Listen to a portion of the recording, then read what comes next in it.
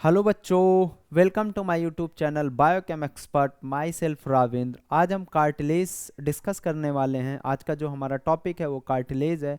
तो वीडियो देखने से पहले आप चैनल को सब्सक्राइब कर लें जिससे कि आपको सारी आने वाली वीडियो की अपडेट आपको टाइम टू टाइम मिल जाए। ठीक है, तो आज हम कार्टिलेज डिस्कस करेंगे, कार्टिलेज के टाइप्स, कार्टिलेज के सारी चीज़ें हम कि कितने टाइप्स का होता है, क्योंकि आप जानते हैं कि बहुत सारे कॉम्पिटेटिव एग्जाम में हैं या आपका वैसे कोर्स से रिलेटेड एग्जाम है, जैसे डीएमएलटी, बीएमएलटी, डीआरआईटी, बीआरआईटी या जितने भी मेडिकल पैरामेडिकल के कोर्सेज हैं, तो उसमें से भी कार्टिलेज से क्वेश्चन आ जाते हैं।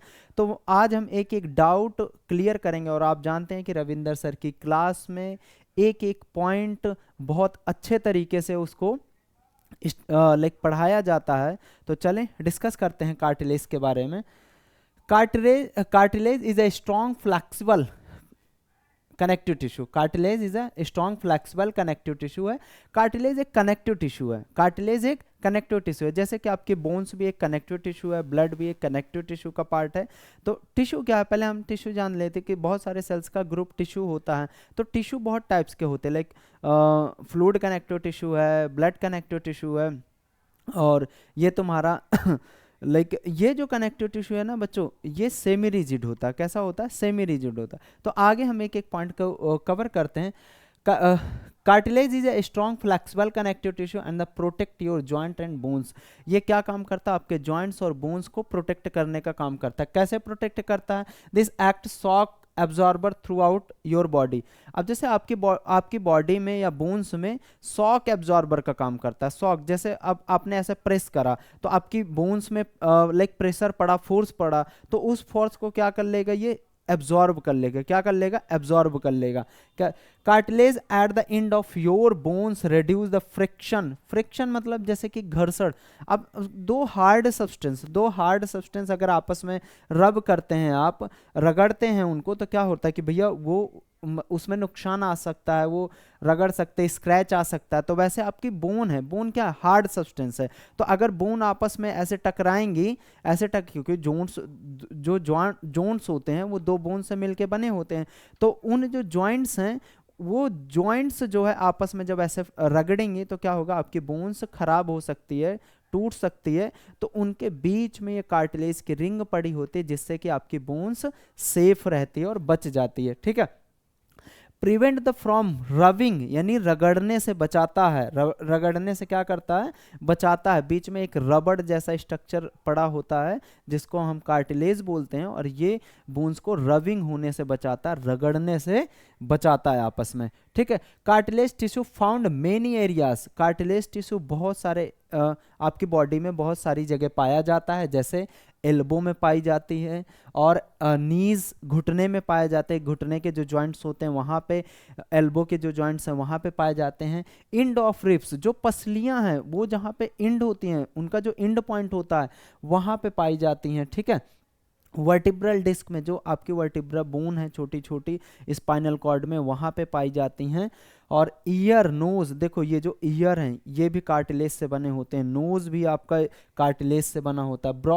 ब्रोंकियल ट्यूब एंड एयरवेज, जो आपका सांस लेने वाला पाइप है, विंड पाइप जिसको बोलते हैं, ट्रैकिया बोलते हैं, या ब्रोंकाई जो हैं, उनमें भी छोटी छोटी कार्टिलेज की रिंग पड़ी होती हैं, जिससे कि कोलैप्स नहीं होता। आपका जो एयर पाइप है वो कोलैप्स नहीं होता, पिचकता नहीं है।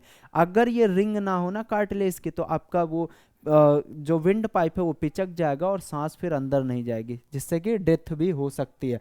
Cartilage are neither too hard, देखो ये बहुत इंपॉर्टेंट पॉइंट है। ठीक है।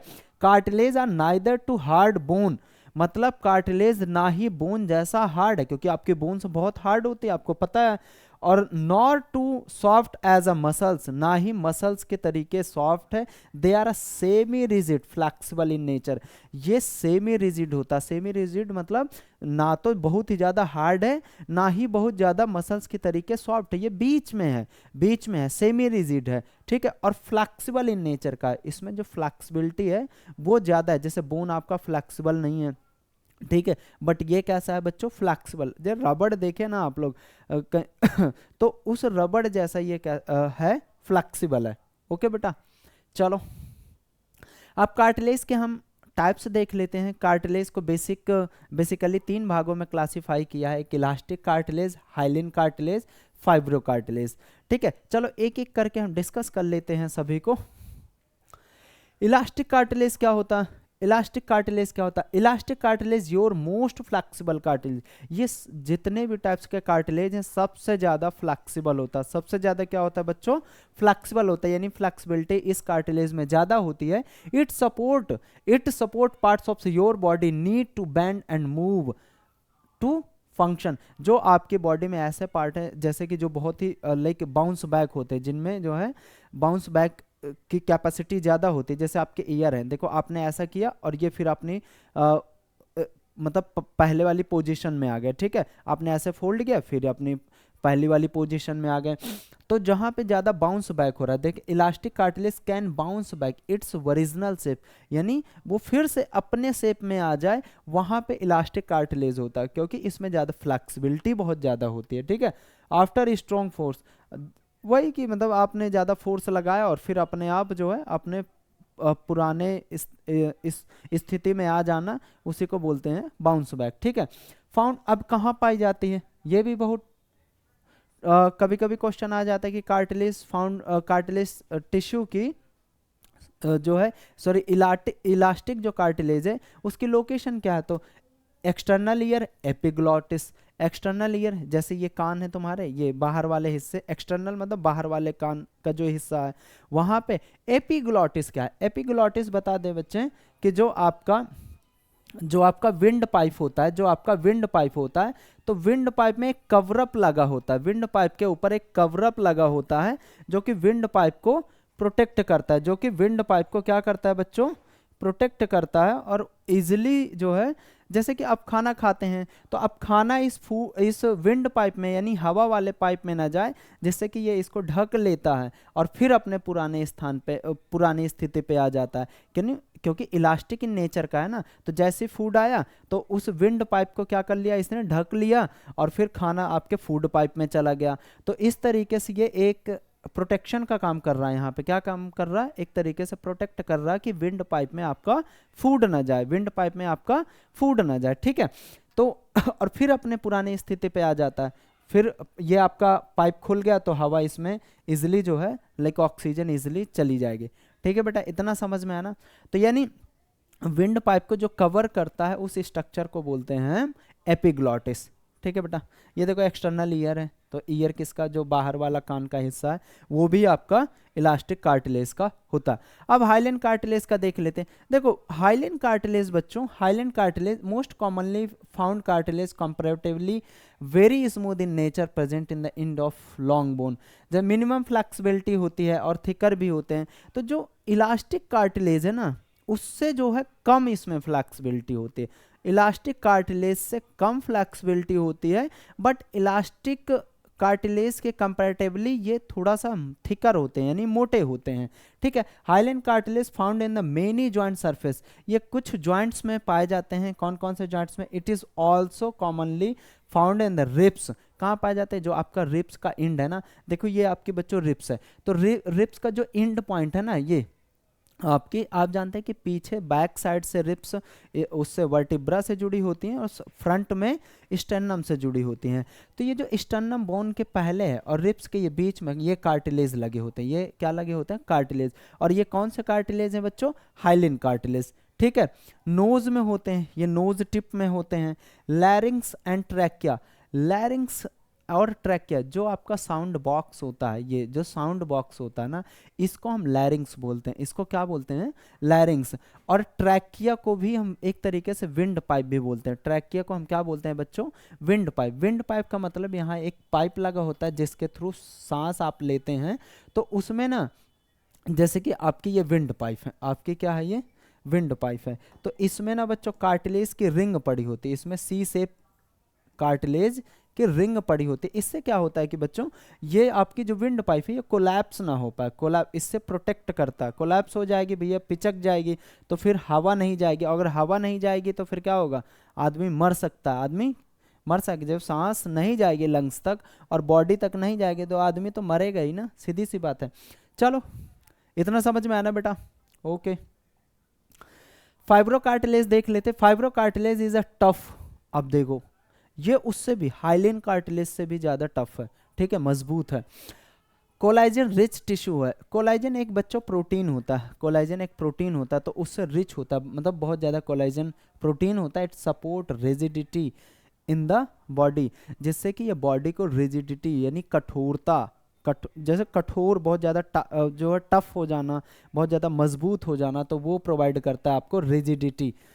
फाइब्रोकार्टिलेज ए वेरी स्ट्रॉन्ग, बहुत ही ज़्यादा मजबूत होता है fibrocart. It is found predominantly in the intervertebral disc, जो वर्टिब्रा है ना, उनके इंटरवर्टिब्रल यानी वर्टिब्रा के बीच में, intervertebral disc in the spine जो स्पाइनल कॉर्ड है, and the insertions ligament, tendon, nose and ribs, यानी कहाँ कहाँ पाया जाता है बच्चे, टेंडन, लिगामेंट, इंटरवर्टिब्रल डिस्क, यानी जो आपकी वर्टिब्रा है ना, जो आपकी वर्टिब्रा है उनके बीच में पाया जाता है, जो आपकी वर्टिब्रा है उनके बीच में पाई जाती है। जो वर्टिब्रा छोटी छोटी स्पाइनल कॉर्ड में, स्पाइन जो बोन है उन्हें छोटी छोटी वर्टिब्रा है, तो उनके बीच में जो है कार्टिलेज की रिंग पड़ी होती है, जिससे कि वो प्रोटेक्ट करती है उन बोन्स को रबिंग होने से। और टेंडन और लिगामेंट बता देते हैं बच्चों। ये एक प्यारा सा डायग्राम है जॉइंट्स का, पर हम एक रफली डायग्राम बनाते हैं आपको समझाने के लिए कि हमने क्या किया, दो बोन को ले लिया, जो हमने जो है दो बोन को ले लिया आपस में, ठीक है, ये आपस में मीट कर रहे हैं यानी जॉइंट है। ये क्या है बच्चों, ये वाला पॉइंट तुम्हारा क्या है, जॉइंट है, ठीक है। अब देखो जो बोन आपस में एक दूसरे से जुड़ रही है ना, बोन आपस में एक दूसरे से क्या हो रही हैं, मीट हो रही हैं, जुड़ रही हैं, तो जो एक रोप लाइक स्ट्रक्चर होता है, एक रोप लाइक स्ट्रक्चर होता है जो फाइब्रोकार्टिलेज का बना होता है। तो जो बोन से बोन को जोड़ता है, जो बोन से बोन को जोड़ता है, उसको हम बोल देते हैं बच्चों लिगामेंट। क्या बोल देते हैं, लिगामेंट, ठीक है। इतना समझ में ना, बोन टू बोन कनेक्शन को क्या बोल दिया हमने, लिगामेंट। और यहाँ पे ना मसल्स लगी होती है, यहाँ पे क्या लगी होती है बच्चों, मसल्स लगी। आपके जानते हैं ना कि बोन्स के पास ही मसल्स होती हैं, ये जैसे जो मसल्स होती हैं ना ये बोन से अटैच्ड होती हैं। मसल्स क्या होते हैं, बोन से अटैच्ड होती हैं। तो ये जो अटैच्ड होती है ना बोन से, मसल्स जो अटैच्ड होती है, उस पॉइंट को हम क्या बोलते हैं, टेंडन। क्या बोलते हैं, टेंडन। इतना समझ में आया ना। अगर बोन और मसल्स के कनेक्शन को हम टेंडन बोलते हैं, और बोन टू बोन के कनेक्शन को क्या बोल देते हैं, लिगामेंट। इतना समझ में आया ना आपको। बोन टू बोन कनेक्शन को लिगामेंट बोलते हैं, बोन टू मसल्स कनेक्शन को हम क्या बोलते हैं, टेंडन, और बोन टू बोन के कनेक्शन को हम लिगामेंट बोलते हैं, सॉरी। ओके बेटा, सम यूनिक प्रॉपर्टीज, इसकी कुछ यूनिक प्रॉपर्टीज हैं भैया, ठीक है। Cartilage have no nerve supply, vascular supply, it is own. अब इसमें क्या होता है, जो कार्टिलेज टिश्यू होता है इसमें कोई ब्लड सप्लाई नहीं होता, कोई नर्व सप्लाई नहीं होता। अब आपको लगता होगा कि यार जब इसमें क्या नाम है ब्लड सप्लाई नहीं होता तो न्यूट्रिएंट्स कैसे जाएंगे भाई, क्योंकि आपकी बॉडी में जितनी भी सेल्स है वो न्यूट्रिएंट्स तो यूज ही करेगी, ऑक्सीजन तो यूज ही करेगी, है कि नहीं। अब नर्व सप्लाई नहीं है तो इस, आप जानते हैं ना कि यहाँ पे बहुत कम पेन सेंसेशन होता है। जब आप जो ईयर है, एक्सटर्नल ईयर है, उसको प्रेस करते हैं तो बहुत कम इसमें पेन सेंसेशन होता है, यानी पेन का एहसास कम होता है। क्यों, क्योंकि यहाँ पे कोई नर्व सप्लाई नहीं है, कोई नर्व सप्लाई नहीं है। जहाँ पे नर्व सप्लाई है वहाँ पे ज़्यादा पेन सेंसेशन होता है, ठीक है, क्योंकि नर्वस ही ब्रेन तक सिग्नल को ले जाता है ना। जब कोई नर्वस ही नहीं है तो कहाँ से जाएगा सिग्नल, ठीक है, यानी नो पेन सेंसेशन होता, पेन का एहसास नहीं होता।